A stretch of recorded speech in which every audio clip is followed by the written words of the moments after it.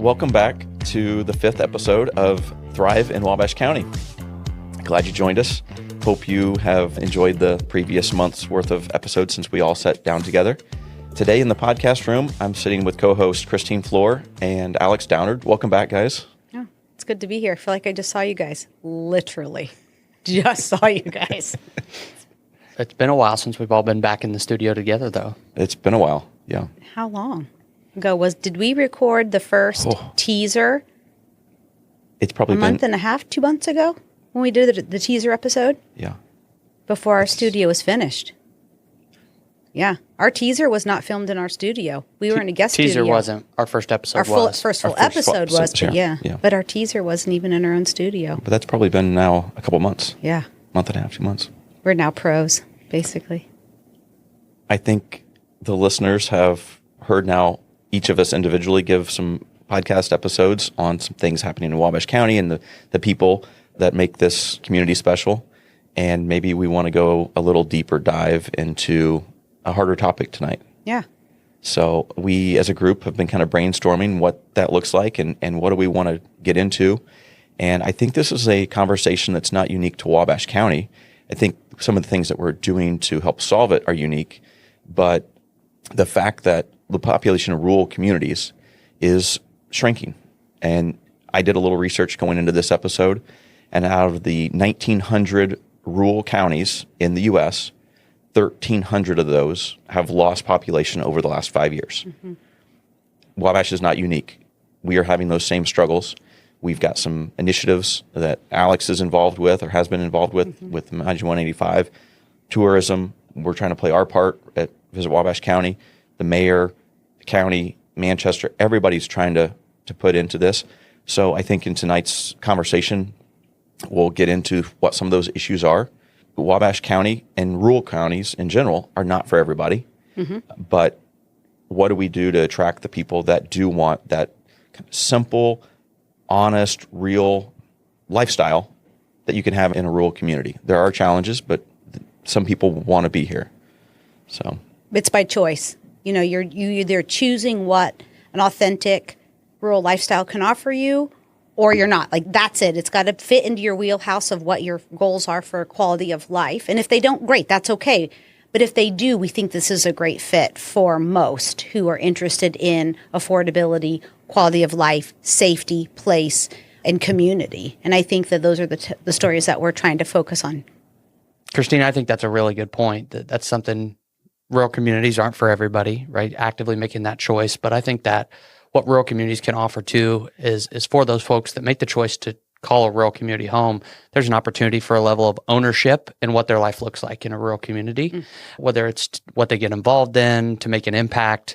I'm sure we'll get into it later in the episode, but I think that's, for me, in my experience, been one of the most unique things that I've come to appreciate about a rural community is how quickly rural communities are open to newcomers, transplants into the community, and the opportunity, whether it's in your professional life, your personal life, philanthropically, to get engaged, get involved, and make an impact in the community. It would take a lot longer in big cities. I've often said, too, like a small pond, even the small fish can make a difference. So, you think of the relationships that we have with key stakeholders and thought leaders in our community and in our roles.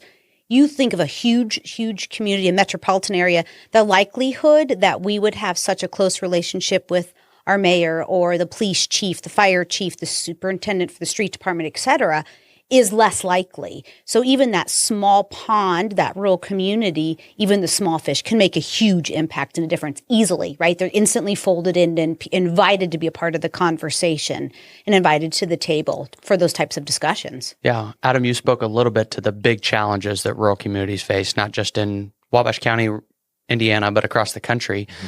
And one thing that working in the community every day, right, in the work of the Community Foundation and even what we volunteer in, but definitely in our professional roles, the benefit of a rural community is that the small grassroots efforts can make a huge impact because it is a smaller community, right? And what those small efforts wouldn't add up or to make any meaningful change in a bigger community, we have the benefit of that in a smaller community, right? That I often fall into the trap of trying to roll out a big initiative or build all of the peak parts to the plane before taking off, right? And we don't have to do that in a rural community. Just starting incrementally can make a big change over time. Mm-hmm.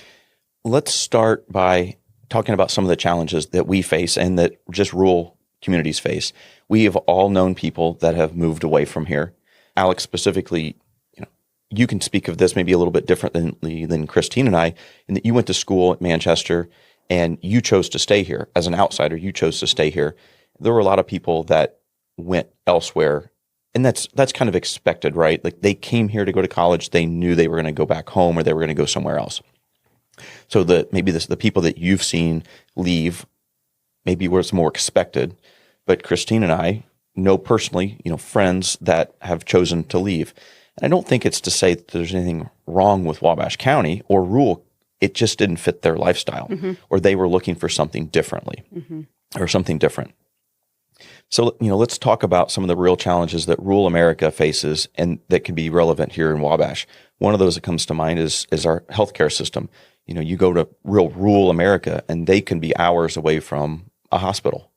And I feel very fortunate that we have what we have here in Wabash, and yet you're still only 45 minutes or an hour and a half to get to a major metropolitan area that have multiple hospitals. So, I think that's like one step. But what other challenges do you guys see of rural America that we face here in Wabash? While you're on the healthcare point, Adam, I think it's back to the same conversation we have all the time, right? The chicken or the egg. To have opportunities for specialist care or more healthcare opportunities in a rural community, you have to have doctors, you have to have nurses, you have to have all those things, right? And we're so fortunate to have Parkview Health here in Northeast Indiana and the Parkview Hospital and team here in Wabash County specifically that have a variety of initiatives going on to support rural communities and their healthcare offerings across their region and across their system. And so we're so fortunate in that. However, we have to work with Parkview as a community side to how do we attract more doctors, more nurses to be able to have those offerings in a rural community. I think that's probably, if not the most, one of the leading indicators of why rural communities don't have the opportunities for healthcare, access to healthcare like bigger communities do. It's just our ability to attract and retain talent, right? No different than other fields. Recruitment, that's a piece of it. Even though we have a state-of-the-art campus, the Parkview Health System campus is state-of-the-art and it's beautiful. One of their challenges is that they speak about is that recruitment. I think you're absolutely correct in knowing that we have to make sure that we have a place to live for the part of the recruitment process, because each time they recruit doctors in specialty fields, they leverage the assets that are here when they're showing them around and kind of soliciting them to choose Wabash as their home. And yet things that come up for them are, we've talked about it and we'll talk about it more, I'm sure, is housing and what those options need to look like. And then proximity to large communities, metropolitan areas. Like they want to be in the heart of a major metropolitan area. And so that can be somewhat of a challenge for physicians and nurses. But then at other times, they have found some really great healthcare providers that have chosen to stay and make Wabash County their home because this fits what they were looking for. This is the fit that they wanted for themselves. Yeah. Adam, you have other areas, right? Access to food, right? Healthy foods is a huge thing in rural communities. We have in LaGros is technically considered a food desert, right? To where you're so many miles away from fresh food opportunities within a community. And so that's another thing that rural communities, Wabash County, but across the country are struggling with. And again, we're fortunate for a lot of good partners that are working in that space every day to address that shortage of those challenges within our community. Purdue Extension is a fantastic partner in Wabash County. There's a local organization in LaGros that's working to put together a new fresh food market and grocery store in the heart of downtown. So again, we have initiatives that we're working to address, but that's multi-year initiatives to address those large challenges. Another one that comes to mind for me is access to broadband fast internet service, right? And I do feel comfortable again to say that Wabash probably stands above some of the other rural America counties out there. We've been very fortunate that we've But that's recent. But that's recent too. That's a recent shift. I think you would say that, yes, we've addressed it and we're still addressing it in our rural parts of the county. But that's a real hardship when school systems go to one-to-one computing, especially the city schools. Wabash City Schools was the first to pilot that one-to-one computing. My daughter was in the 5th grade when she was bringing home an iPad for her computer. The rural counties, community schools couldn't even go one-to-one community because they didn't have quality internet access. So even though, yes, we are leading the frontier and getting fiber to the door in our rural areas, that's only recent, right? That's a concern that we addressed recently. But even now, I mean, in Wabash County today, almost 3,500 addresses are considered unserved or underserved for broadband access. Wow, that's news to me. And then so the state and the federal government define unserved and underserved based off of your upload and download speeds, right? And so based on those speeds and the speed tests, we have a significant amount of addresses. And again, there's a lot of federal funding that's came out to fund broadband build-outs the last several years, a lot of state funding. We're fortunate to have Senator Andy Zay as our state senator here. He's really led the charge statewide in broadband deployment. And so the state funding's laid the groundwork now for the large amount of federal funding that's going to hopefully be able to build out every address in Wabash County and across the state of Indiana that is unserved or underserved with high-speed internet access, because it is so critical for education, for healthcare, for employment, all of those things. If we want to be in a community that's attractive to remote workers or to families, all of those things it's a more critical utility today than water or gas even potentially, right? Nobody, when they look at a home, asks the realtor, right, who's my electric provider? Or where's the water go when I flush my toilet, right? They're concerned about the internet speed and the internet access. So it's incredibly important. And we still have a long way to go. The city of Wabash has a lot of really great partnerships. Town of North Manchester the same way. Rowan now is getting fiber built out. But other rural parts of the community, LeGros, I don't have internet access at my home still. I don't have opportunity for fiber at my house in LeGros. So, and that can make it hard when everything, I live in town, so I have great quick internet, but I had to increase some of that speed with time from where we were 10 years ago when we bought our home. Now everything is streams right off of that internet. Not only your television, but your devices, your child's devices, your devices, your cell phones are all Wi-Fi connected. And so the need for that speed continues to increase as more of the way our homes function are based around Wi-Fi. Our security system is Wi-Fi, right? Your lighting can be controlled by Wi-Fi. So those are the things that, you're right, can be a barrier, especially the further out from the county seat that it gets is that service. We are addressing it, but how many did you say are still currently underserved? Almost 3,500 addresses. Yeah. And the other thing, just to reinforce how valuable it is, or the value people place on strong internet connectivity and broadband, of all the engagement work that went into Imagine 185, right? So over 1,000 community input points, 2 years of different focus groups. The top 3 issues were education, housing, and broadband, right? So of all of the different input points that came in or ideas that people had, broadband was prioritized as a top opportunity for Wabash County still. No, that's a great point. And I also live in town, and so I wasn't aware that people in the rural part of the county were struggling that much with high-speed internet. But it makes a lot of sense. I also think of the cultural aspects that we maybe lack here compared to maybe a major metropolitan area, whether that be theater or music venues, diversity.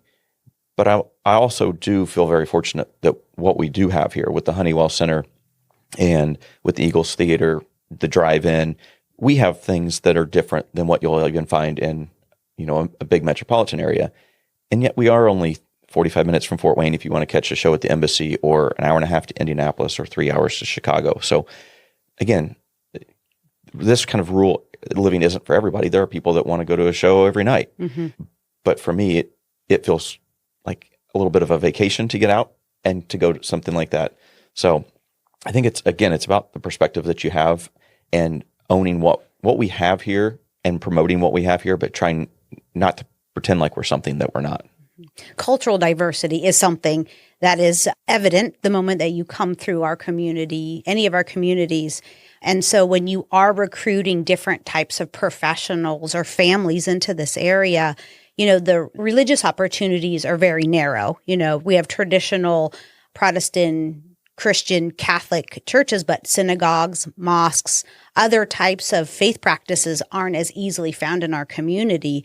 And again, yes, they're probably 45 minutes to the nearest big city north of here to access that. But if that is something that's important to you in the way that your family is in your faith practice, that can be somewhat of a barrier for some that can live in that 45 minutes and commute into Wabash to work. And so recognizing, again, we can't be who we're not, We can share that, those types of faith practices are 45 minutes from here, but that can serve as a barrier too, because we can talk about, you already shared that the hardship with population decline is nationwide. It's nationwide for rural communities. And so we have to ask ourselves, is it population migration? Where are we moving this population from? Or is it population immigration? So are we bringing others in from outside of the United States to grow our population? It doesn't have to be one or the other, and it can be some of both. But those are real conversations when you have almost an entire country suffering population loss, especially in rural America, from the East Coast to the West Coast. What populations are we trying to attract? And are they population migration or population immigration? And those are hard conversations that's sometimes hard even to discuss in this climate, but they're the real conversations when we're building out our assets or leveraging our assets to talk about, because we have to be real that there's multiple small communities just like ours who are fighting the good fight, who have attractive downtowns, who have some of the similar assets that we have. We've got to make sure that we're standing out progressively and successfully to make this a choice for those who are interested in living in a place like Wabash County. I mean, that's part of population attraction. We want to attract talent to our area, but what talent is that? Where are we seeing gaps in our talent pool for those who we are trying to attract here? Because we can say we want just anybody to move here, but where will they live? Where will they work? Horse before the cart. Are we trying to build manufacturing and business and hope the people come? Or do we have to have the people here to attract businesses to invest and build? We hear that hot topic a lot too about population growth, but there's no place for people to work. But do we have the people here? If we attracted a business to build, do we have enough population here to go to work? Can we even attract the business here without the people? Correct. And I know on past episodes, we've talked a lot about research that's out there. And one thing that's changed from 10 years ago, maybe not even that long ago, but is that people locate to the place where they want to live and then find a job, especially with young people at a higher rate than they used to, right? It used to be you found a manufacturing job that paid really well or had good benefits and you moved your family to that manufacturing job. Today, even in manufacturing more so, people are not moving for manufacturing jobs because that same manufacturing job is likely available in whatever community they're living in today, right?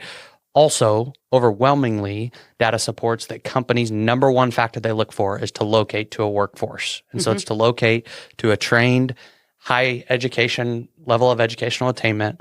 That's where they're going to locate their business, right? And so, again, it's just both are extremely important, right? And our community does a good job of addressing on all fronts, right? The business attraction side, the population attraction. But really, I mean, to your point, Christine, is it the chicken or the egg? I mean, what's extremely important is that we are working on things that bring people to a place. And I would make the argument a lot that we do have employment opportunities, especially in manufacturing, that are available to our residents today. And it's from generational companies that have been here or companies that have already invested here, continue to expand here, support our efforts across the county philanthropically. And so we do have employment opportunities in Wabash County. In manufacturing is one of our larger sectors, right? But agriculture and others as well. And so in order to attract any type of higher paying jobs or jobs outside of manufacturing, those companies, whether it's a technology company, a commercial business, a retail business, all that they're looking for is population numbers, right? And is there an educated workforce in that community that I can hire people? And the people that are moving for jobs are for those higher end jobs, right? Are for those jobs that require a college diploma or a master's degree or a PhD. That's what people move for in the job market today. At a drastically less rate are they moving for manufacturing opportunities. Well, and if we're having the conversation about where people are living versus where people are working, those can be two different conversations, right? You can live in Wabash County and have access to trails and the river and cultural opportunities, but yet be 45 minutes to Kokomo at the new battery plant or a medical device manufacturer in Warsaw or in Fort Wayne. So, we can't just think of ourselves as Wabash County alone. That's not the way the residents are looking at it, and that's not the way that we should look at it either. So Christine, you and I specifically, we know people that have left Wabash County. Do you want to talk a little bit about what those decisions, we didn't get to make those decisions, but I know we've had really good conversations with those friends and kind of share a little bit about what the process that they had to go through and why they ended up leaving. I don't know that any of our friends or shared friends that have moved away, I don't know that any of them made the decision easily. It was very hard. It was painful almost because of the connection they had in our community.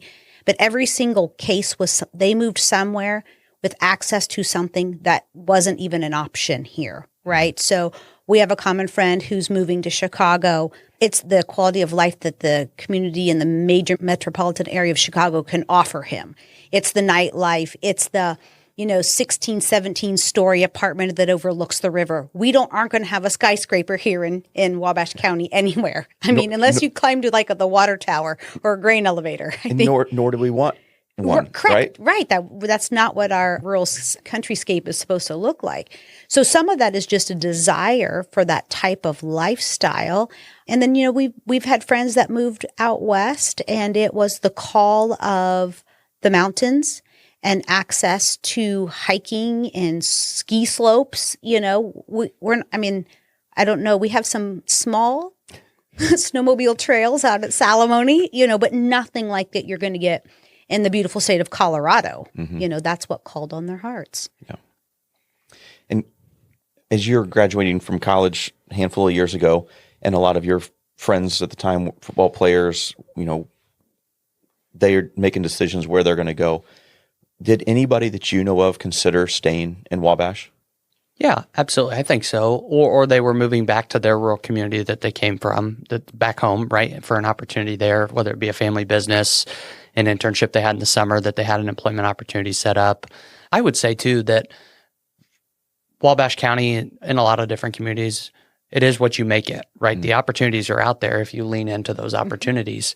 And that was really the case in the story for me during my time at Manchester. When I first graduated, the first few years after, I was extremely engaged and involved during my time at Manchester University. And so people would often ask me, oh, do you miss being in college? Do you miss being at Manchester?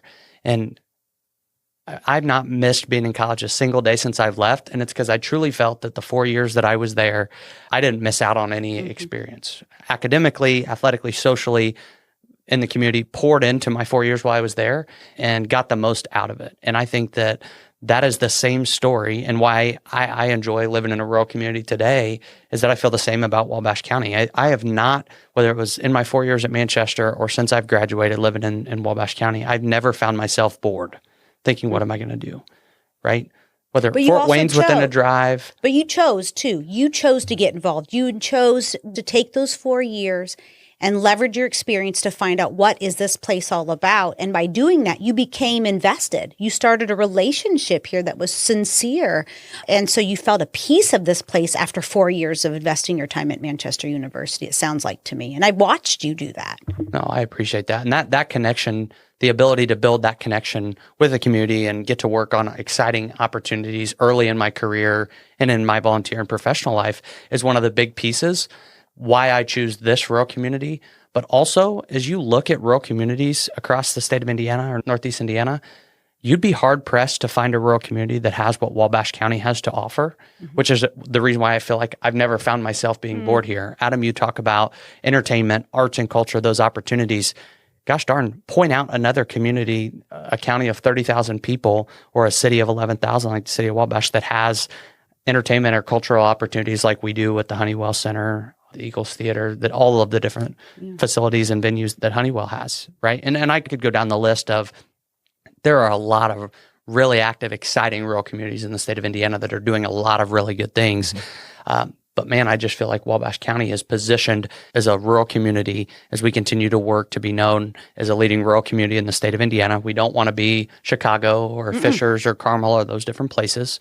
But because of the such strong foundation that we have and how we're working every day to address a variety of the challenges that rural communities face, some of which we've already talked about, and we're all rowing in the same direction, right? A multi-pronged approach, it's going to position us where we want to be. I would say on the flip side of, Alex, your experience with college, for my daughter, whose experience was She went to Indiana University and loved her time in Bloomington. And she loved her time growing up in Wabash County, absolutely has a heart for this community. For her, the call was, can I make it on my own, independent of my parents' relationships or the relationships I built while I was here? Can I go somewhere different and create my own space or help make a difference somewhere else, what I've learned while I was here? Fully intends to move back here someday, says it all the time. I want to raise my family in Wabash County. But at 23, she has the opportunity to go somewhere outside of our state. To educate, she's an elementary teacher, to be in the education system somewhere else, live somewhere else, and see what their community is like. Now, it's interesting to watch her try to engage with a new community because it is different. So here in Wabash County, in the city of Wabash, in each of our Rolodex in our phones, we have probably the contact of just about everybody we might need. If I need something, you've got to contact or you've got to contact. Starting fresh and new in a new community is different and it's hard. But it's good for her to also, if at the end of this experience, no matter how long that tenure is in a different state, she recognizes some of the qualities that Wabash County does have. That is unique. That is different. That is special. And we say it all the time. It's different because of the people that choose to be here. And so the flip side of that is where you were here as a guest and chose to stay. She grew up here, went off to college and has decided, okay, I'm going to go try to do this somewhere else or experience somewhere else, but fully intends to return at some point. And I would say that's a testament to how she remembers growing up here. Mm-hmm. Absolutely. Right. And so as she talks to you about wanting to raise her kids here someday, it's because of the experience she had. Right. And I think that the perspective you speak about there of moving away to go to college or moving away to work in a different community, that perspective she'll gain will be so beneficial, not only to her individually, professionally, when she's back in whatever role she has here in Wabash County, but to our community. Right. That perspective will be invaluable. Absolutely. Yep. And you're seeing that too with your oldest son, who is, taking an experience of a lifetime to see different parts of the country. Yeah, he's making his way across the United States by foot. And, I don't know if he'll end up back here. I don't think he had a bad experience in Wabash County by any means. But we do. It's a natural instinct to want to go and explore and be, and just see different things. Maybe not on foot across the country is a natural instinct. But that may be a little far. But I think we should have him zoom in or call in if we have the capabilities for an episode. I think talk about perspective. Absolutely. But it also that's a great point that you make about your daughter leaving, knowing that she really wants to come back, but spread her wings a little bit.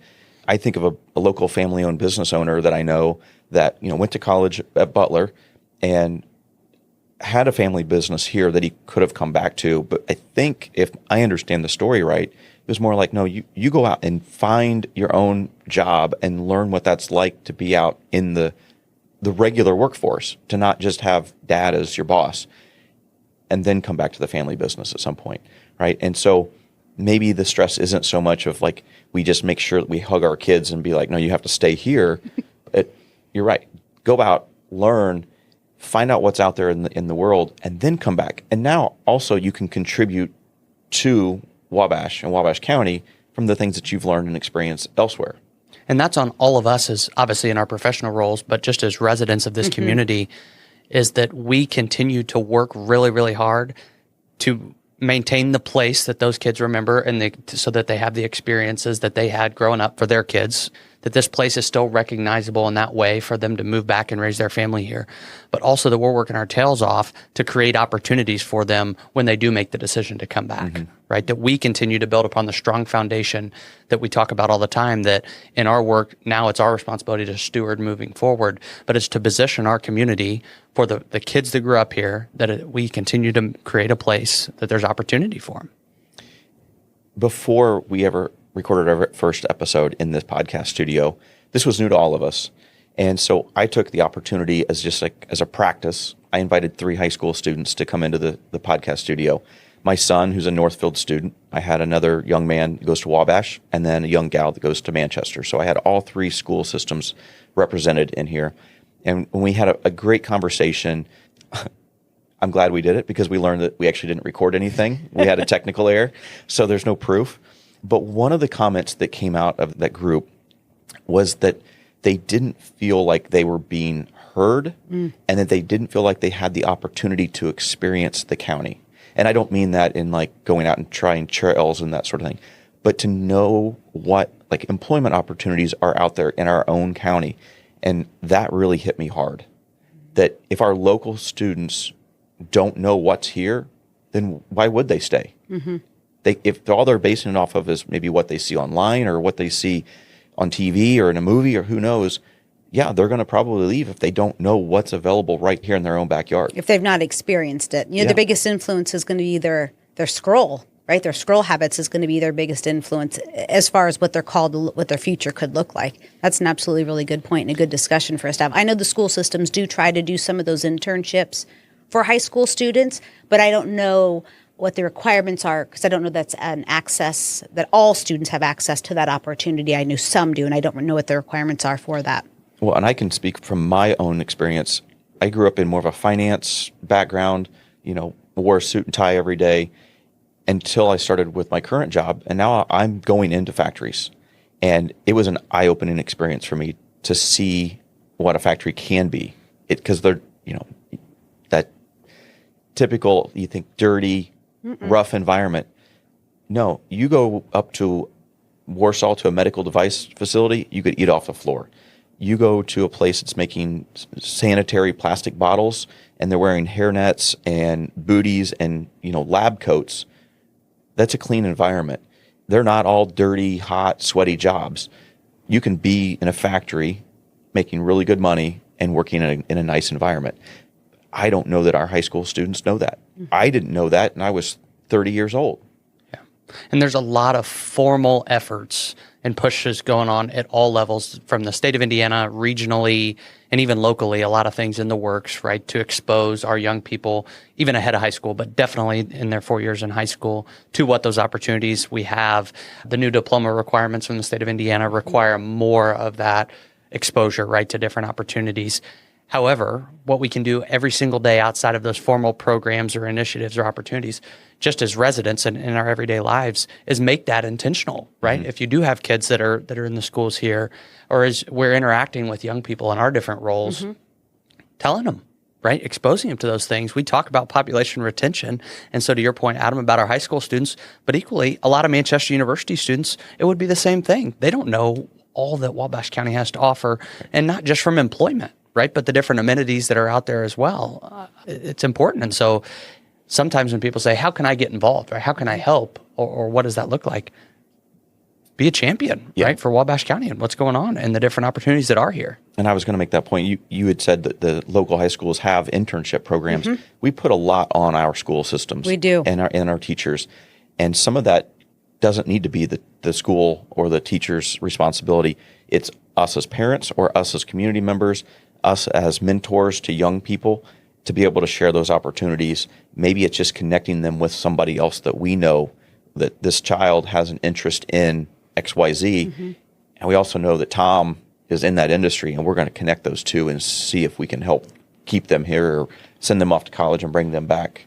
Yeah, and Adam, I think you opened a can of worms. I think we could do a whole episode on that, right? And what the different initiatives going on currently that are in the community and maybe what's to come as well. But I just think that so much of other issues we face in society and in rural communities as well, if we can help our young people find purpose in what they do every single day and realize why it's important that they show up to school, why it's important that they turn their assignments in, if they're working towards something, and it's because we as a community have exposed them, identified what their passion areas are, and matched that with a cause or a career field that aligns with that, or a local employment opportunity that aligns and helps harness some of that passion, man, it's going to be a game changer in our community and for the life of that young person, because they know what they're working towards, right? They've identified that purpose, and we've supported that as a community. And I have watched that too with the interns that we have had at Visit Wabash County, the number of high school students who have no idea the amenities that Wabash has to offer, and Wabash County as a whole, because we've had interns from across all school systems. They're shocked, one, that there's a tourism office, that we actually have a role at, like, Wabash County gets tourists, and yes, it's actually a significant economic driver. So once they learn that, part of that relationship starts to deepen their connection or appreciation for where they live that they had no idea they had access to.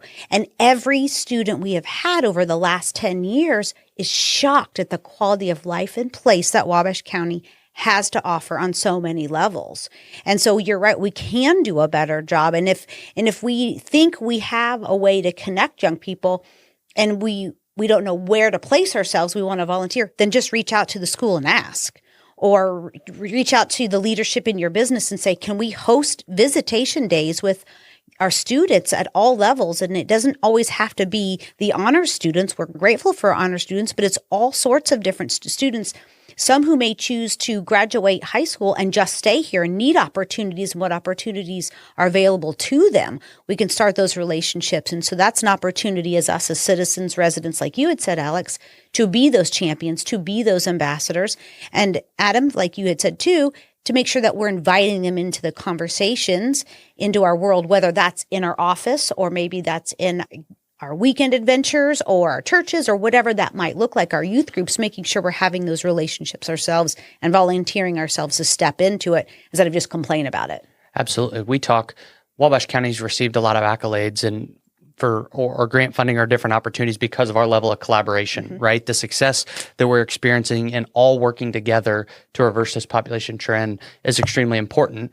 But as we're talking about this and young people, right, it really does take all of us to sustainably address and change our population challenge in each of those interactions, whether it's a conversation with a young person, it's an employer offering an internship, which is a lot of work, right, to put together a meaningful internship experience, whether it is exposing young folks to our amenities that we have. Each of those things create that stickiness that over time will stick with that young person in their mind, right? And so that when they leave, they think to themselves, when I get ready to raise a family, I'm going to move back to Wabash County. Or when I get ready to graduate from Manchester University, I'm going to stay in Wabash County. And it's because of those little moments with different community members, whether, again, it's employment, one-on-one conversations, all of those culminate together and added together create that stickiness of why someone would choose to call Wabash County home. And the different types of educational opportunities we do have in Wabash County is actually pretty impressive. From the Montessori type of schools, we have St. Bernard, which is a charter school. We also have the great public schools, great homeschool base. So our educational system here is strong. And yes, people, you had talked about the three key things that our people identified in the Imagine 185 plan, and that education piece. And for friends of ours who moved far out west, when they were looking where they were going to move, because a friend of ours was promoted with their company that's based in California, the very first thing they looked at for a neighborhood where they were going to move is the school systems. That was what was critical to them, was what quality of education would their children get before they chose a neighborhood, before they chose the house that they were going to buy. And so that's something that we have to remember is critical here, and to continue addressing that and having those discussions. And I know we'll probably talk about this at length at some point, but I know Manchester University has some really great ideas coming up with some of the ways that they want to engage their students with the community, with a type of learning. And so I think we're looking at ways to continue to develop, grow, and be stronger. And our superintendents are consistently talking with one another on what challenges they're facing together and how they can address them.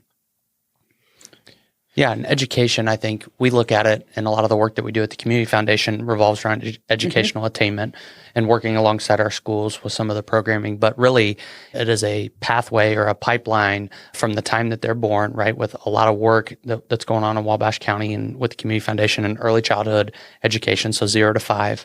A lot of work in K-12 schools, right? Working with our schools to continue to offer quality opportunities to our students that grow up here. But then even adult education opportunities. The Learn More Center is a nonprofit organization here in Wabash County that, with the partnership of Grow Wabash County, with the relationships with employers, and then the Community Foundation for Scholarships for Adults, we really are trying at all different steps of the education pipeline from birth through adulthood to address education needs, right? To continue to offer opportunity through educational attainment to our residents. And we recognize there's still work to be done. Absolutely. I think we would all agree with that. Shifting gears real quick. So back to employment. So we talk about attracting engineers and high-paying jobs and high-paying careers.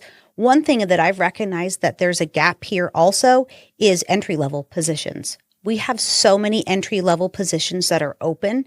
And so we can attract all of the high-paying professionals to move to our area. But if the entry-level positions aren't full, the amenities that a lot of people enjoy going to do in their off time, going out to eat, going to the movies, if those positions are vacant, we start to see restriction on operating hours.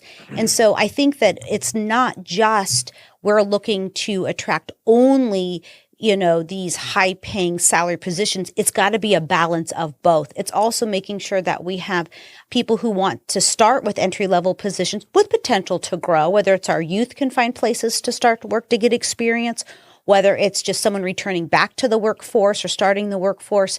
So that is a gap that I recognized here too, is we do have so many open entry-level positions and not enough people to fill those roles. And I think that's a problem throughout rural America as well, is we start to see businesses who have to reduce their hours because they don't have enough staff.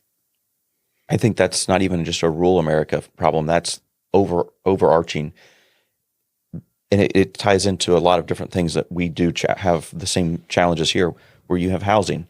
So you go to a resort area, people buy up those homes, they put them on Airbnb, reduces the amount of housing that's available for those types of entry-level jobs. People can't afford to live there. They can't afford to work there. So now all of a sudden these resort areas don't have the employees that they need. And it's really no different than here. If we don't have the housing, affordable housing, we've got plenty of jobs, but if the people don't have a place to live, they're not going to drive here from Fort Wayne to work in an entry-level job. Mm-hmm. It's a real balancing act of what's available. That leads me into maybe a little bit off topic of what we were going to go into today, but there are some new houses being built in Wabash County, and they're not cheap. But if you've been to the lumber store, everything is expensive at this point. And so what used to be maybe $100,000 entry-level home, that's not possible anymore. And so I think part of that argument is who's buying those and how does this help the local, how does it help Wabash County? I know you've been involved a little bit, Alex, in this process of the new housing development and things. What does that do when we build brand new houses that are maybe $250,000, $300,000 homes? How does that trickle down? Yeah, great question, Adam. And I think we, at some point, we'll do an entire episode on housing. I think there's a lot to cover. And so to not run down the housing rabbit hole, but to answer your question, because of the rising cost of housing development, right? It costs me the same amount of money to build a house in Wabash as it does Fishers or Carmel or Fort Wayne, except the difference is in Fishers or Carmel or Fort Wayne, they can sell that house for $100,000 to $200,000, the same exact house, at a price point higher than ours, right? Well, the cost is the same. And so what we see in Wabash County is that we still have to develop new housing opportunities, right? Which is what inflates that price point of housing, of those houses that are being developed. How that benefits our housing market, though, it really is a ladder, right? The housing market is a ladder to where if you're able to construct a house at any level, the idea is that people can move up the housing ladder or move down into that new house, freeing up another unit in its place, right? So if there's a new $300,000 home that's being constructed, is that affordable or attainable for everybody in Wabash County? Most people in Wabash County, probably not, right? However, that may be an opportunity for somebody that's lived in their starter home still, that maybe was $125,000 or $150,000 house now that is moving up into that new $300,000 house for more room for their family now, or whatever the case may be. They're now leaving that $125,000, $150,000 home in its place that's going to be on the market, a different level of folks to be able to afford in Wabash County, that maybe that's their first home. Right now they're a first-time home buyer. They move into that house and they leave an apartment and a rental in its place that frees up a rental unit that somebody else at a different time of their life may look for. No different than somebody that's at the tail end of their career and they have that $350,000, $400,000 house maybe that wants to downsize and have less maintenance. And so they move into a different style home that's maybe a $150,000 house, or maybe they're moving into an apartment because they don't want to have to worry about mowing the grass anymore. Yeah. Or a condo or one of the newer development that's downtown on Market Street. That's right. And so it just definitely moving up and down the ladder of opportunities. And so I will tell you, and in the episode, working a lot in the housing space here in Wabash County with our different leaders across the community and private developers, nonprofit development housing entities, we are working on projects that address all levels of that housing ladder in Wabash County. Some of them are through stellar and grant funding opportunities. Some of them are 100% private development. Some of them are a blend of each, right? But we have projects to address all levels of the housing ladder in Wabash County. That'll be a really good episode to really dig into then, that gives you that full breadth to cover each of those areas in much more detail, because that has been a big question of how that is being addressed. And the word affordable means something different to everybody. So that'll be, thank you for taking the time to, one, know that's something that not only our listeners want to understand better and deeper, but that it is something that is critical for Wabash County to really continue to thrive and hit those goals that we want to for population growth that and we there's desperately a ton need. more work to be done, right? Like we're not scratching the surface and probably haven't done the best job at times, right, in addressing our housing need here. But we are it's now. a huge priority. But we are now. Huge priority of our community. It is, and we're recognizing it. I mean, I think you just said it best. We recognize that we're trying to address these big issues. We don't have all the answers right this second, but we know that education is important, and we know that our Department of Education and our school systems are facing some critical times. That's going to shift and change, but we know that it's important. We know that housing is important for attracting talent here, for making sure that people can find affordable living, whatever affordable means to them. I mean, there are some big, heavy topics here, but the truth is we're doing our very best to address these issues. And sometimes, like you said, we didn't do a very good job in the past, but we're trying now. Yeah, and it is obviously a rural challenge. There's a housing crisis across rural communities. Sure.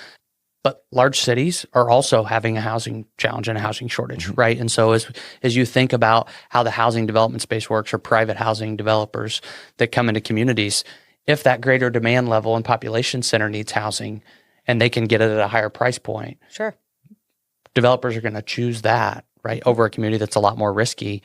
And that's not all developers by any means, right? But it requires that additional effort, right? And outside the box thinking, which I can assure anybody that's listening to this, whether developments have gone the way we wanted or not gone the way that we wanted, leaders within our community have learned every step of the way as a part of those experiences, and it's better prepared us for the future of how we're going to address housing in this community. Yeah, I wanted to make that point too, is that you may not agree with all the decisions that have been made, and I haven't, and Christine hasn't, but we all have a belief that the people that are behind the scenes doing the work are doing what they absolutely feel is the best thing to move Wabash County forward. Absolutely. Because they're trying. They're in the boat, right? We're in the boat trying to row in the same direction, having those discussions, because it isn't just one thing. It can't just be, we're only going to focus on housing and not pay attention to anything else. And that's what's beautiful here. Our leadership doesn't just take the one thing and say, okay, this is the thing that we're going to focus on. It's a constant balance across the spectrum of, it's not only attracting business to build and expand here. It's also working on the housing piece. It's also working on the education piece. It's also working on the quality of life pieces. All of that has to work together in concert to keep it moving forward at a attainable growth rate. And so even though people don't understand, well, why would you invest in a trailer? Why would you invest in public art? Or why would you redo curbs? Or those are all pieces that go in line with the other parts that make this boat continue to row forward. And it takes all of us working, and sometimes we make mistakes. But like you said, we learn, we grow, and then we just do better. When you know better, you do better. You're right. It all has to work in conjunction with each other. Right. I think that the downtown revitalization sometimes gets unnecessary heat. There's too much money poured into downtown. It's critical to, I know this is a Wabash County podcast, but if I look at Wabash, it is a piece of the county, no different than Manchester also plays a part, and so do Rowan and LeGros. But if you look at the money that's come into the downtown area for revitalization, a lot of that money is private money. It's come out of individuals' pockets to make a difference. Obviously, the big one that comes to mind for me is Charlie Creek Inn. That turned the corner on a lot of development downtown. It made other people want to buy in.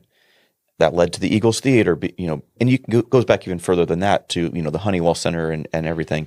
But It inspires the other communities. So, and that's a decade worth of progress that we're seeing and reaping the benefits of right now, but has inspired the dreamers of the Grow Canal Foundation and their revitalization efforts.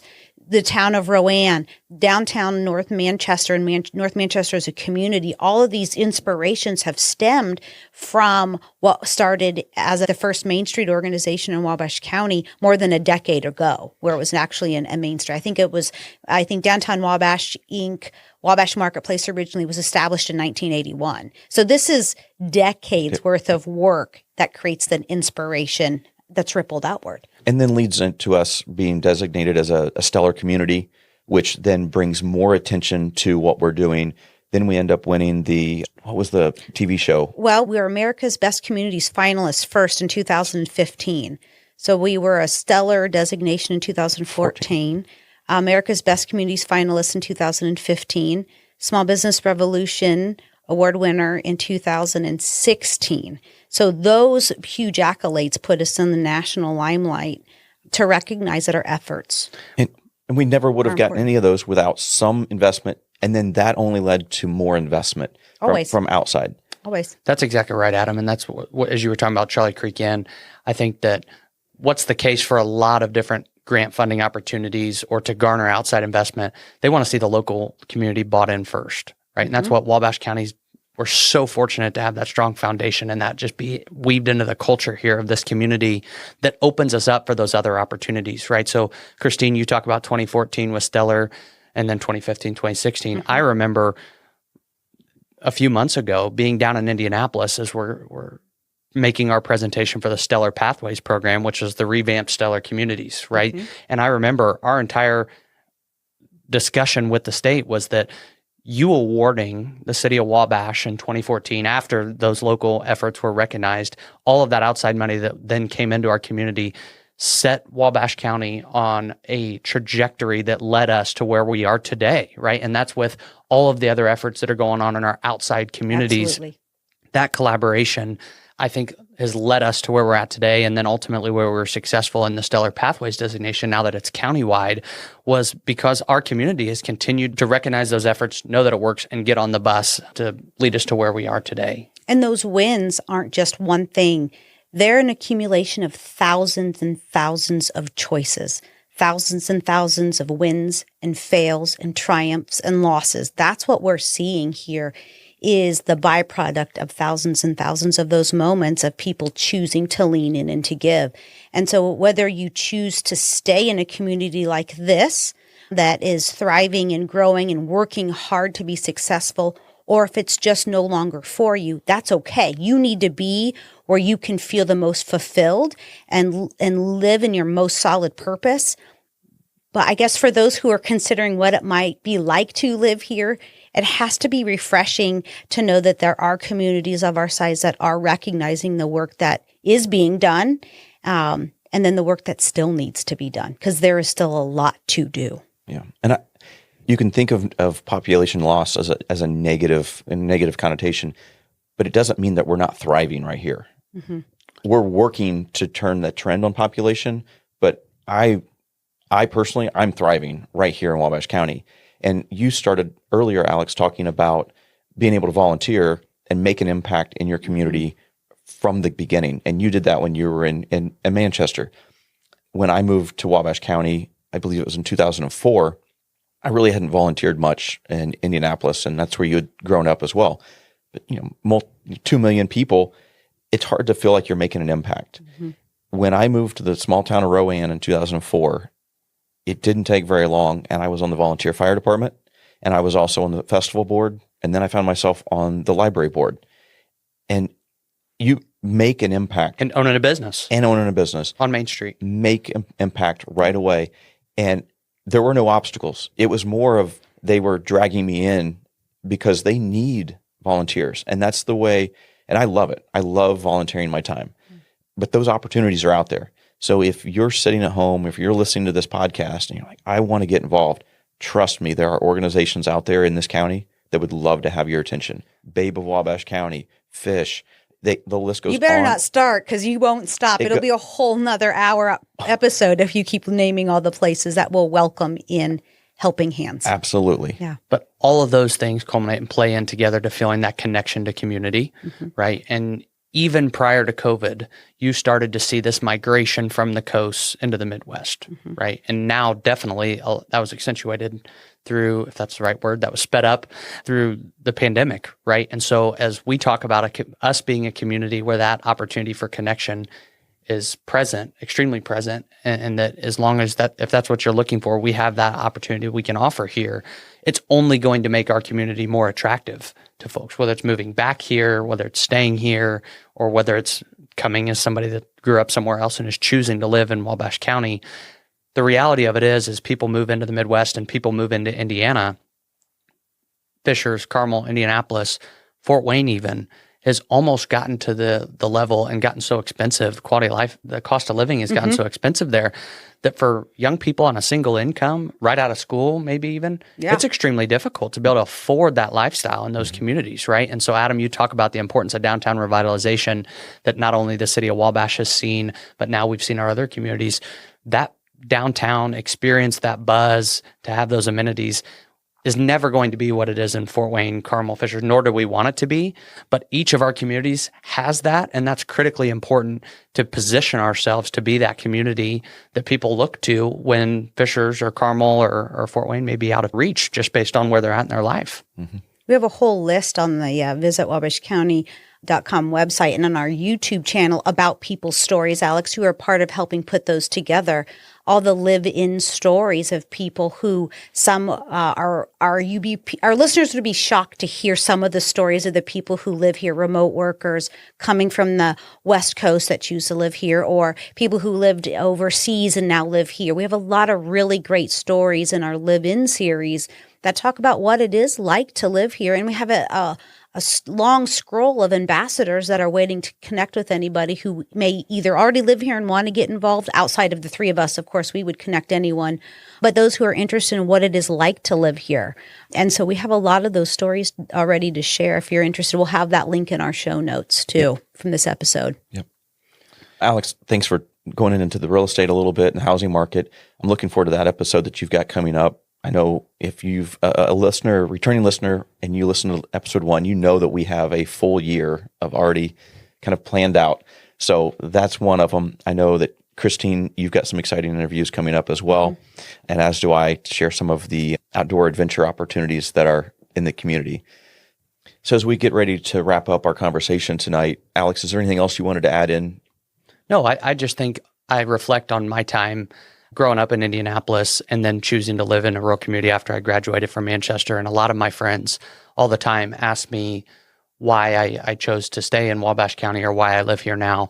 And my go-to answer is the people. And I know I talk about that all the time, right? And how that's really true, human capital here and all the things we'll talk about and the different people we'll get to highlight. Hopefully that's extremely evident to the listeners about what makes Wabash County special.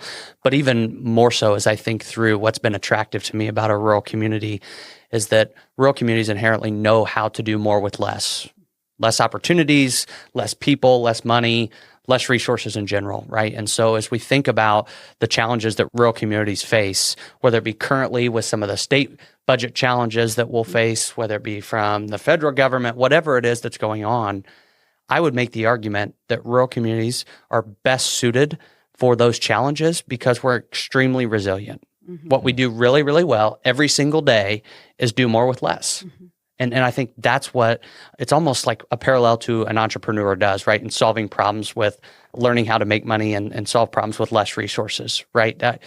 We're extremely entrepreneurial. That spirit of doing more with less is alive in Wabash County, right? And I think best positions us as we move into the future and it becomes cool again to live in rural Indiana. Absolutely. I agree. Christine, anything you want to add?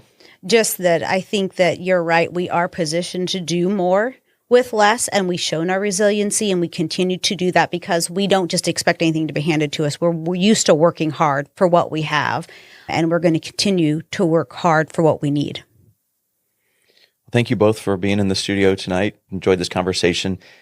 I want to thank our listeners through the first month of this new adventure that we're on. Whether they've tuned in on podcast platform or on the YouTube, we got a tremendous amount of feedback after our first episode, which I can't thank the listeners enough for reaching out. Christine, if the listener or the watcher on YouTube, if they have additional questions or input, or maybe they have a guest topic idea, how can they reach us? They can reach us in our show notes. There's thrivepod@destinationwabashcounty.com. That's our email address. You can DM us on any of our social media platforms. We would be happy to speak about topics that you might want covered, or if you have questions on something we've already discussed in any of our previous episodes. Thank you. We always make an ask of our guest, to like and follow.